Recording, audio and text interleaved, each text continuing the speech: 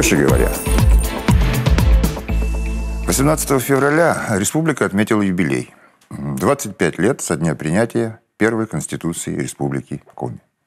Так сказать, серебряная свадьба двух ветвей власти – законодательной и исполнительной.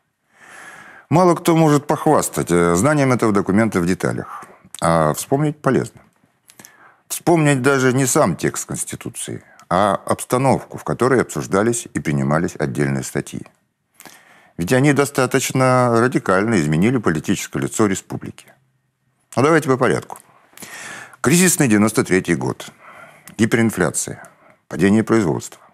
Митинги и забастовки. На фоне резкого обнищания основной массы населения начинает формироваться тоненький слой новых собственников. На самом верху тоже кризис. Президент против Верховного Совета. Ельцин против Хасбулатова. Запахло импичментом. Ну или гражданской войной. Потом, в октябре 93-го, здание парламента расстреляли из танковых орудий. И родилась новая Конституция. Теперь главным в стране стал президент. Следующая задача – быстро привести в соответствие законодательство на уровне регионов. У нас в республике к моменту октябрьских событий тоже наметилось своеобразное двоецентрие. Верховный Совет состоял из 150 не очень управляемых депутатов. Но не столько сам Совет, сколько его президиум во главе с Юрием Спиридоновым обладал обширными полномочиями. Такой своеобразный гибрид бывшего обкома КПСС, парламента и Кабинета министров. Конкурирующей конторой был Совет министров. Его председатель Вячеслав Худяев был вторым человеком в республике. А вот после расстрела Белого дома в Москве мог стать и первым. Ведь во многих субъектах России органы законодательной власти тогда на время самораспустились. У нас этого не произошло. Хотя декабрьская сессия 93-го года, на которой и должен был решаться вопрос о власти, проходила в нервной обстановке. На всю страну гремела долгосрочная забастовка шахтеров Воркуты. На улице стояли пикетчики с плакатами. Кто-то требовал распуска Верховного Совета, другие только зарплату. Толпа у входа скандировала «Распускайтесь». Не у всех депутатов оказались крепкие нервы. Кто-то якобы порвал у пикетчика плакат. Об этом написала газета.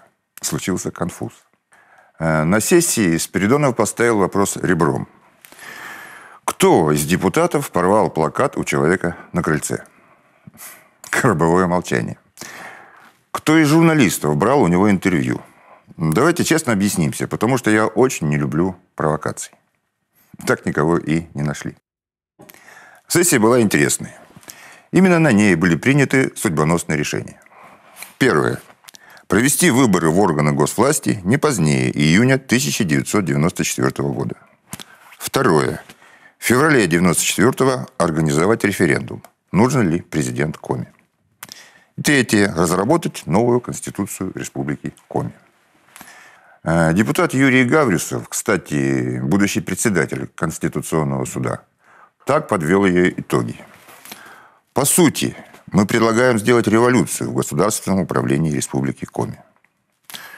Уже в декабре 1993-го более 50% участников референдума высказались против введения в республике должности президента. Но его итоги не были учтены. Проголосовало менее половины избирателей. А Конституционной комиссии во главе с Юрием Спиридоновым за 2 месяца удалось подготовить приличный текст новой Конституции. Для того, чтобы протащить его через непослушных депутатов, применили 2 хитрых приемчика. Во-первых, текст разослали депутатам заранее. Ну, это нормально. Но в самом начале было предложено принять этот документ за основу. Возражений не последовало. В результате почти весь текст получил гарантии незыблемости. По регламенту для внесения любой поправки требовалось собрать не менее 2/3 голосов. Поэтому авторы выигрывали даже в меньшинстве. Во-вторых, сам Спиридонов в течение 2 дней вел заседание. А документ представлял его заместитель Алексей Гришин. То есть, фактически, Юрий Спиридонов выступал в 2 качествах. Что при его несомненном таланте политика давало широкие возможности для манипуляций. Комиссия Спиридонова проявляла чудеса гибкости и компромисса. А инакомыслящие были, особенно по национальному вопросу. Например, Комитет возрождения Коми-народа предлагал двухпалатный парламент с учетом национального элемента. Интересная дискуссия произошла по поводу обязательного владения главой двумя языками. Но это отдельная тема. Главное, что 25 лет назад мы узнали, главным в республике Коми является глава, а проще говоря, юрлысь.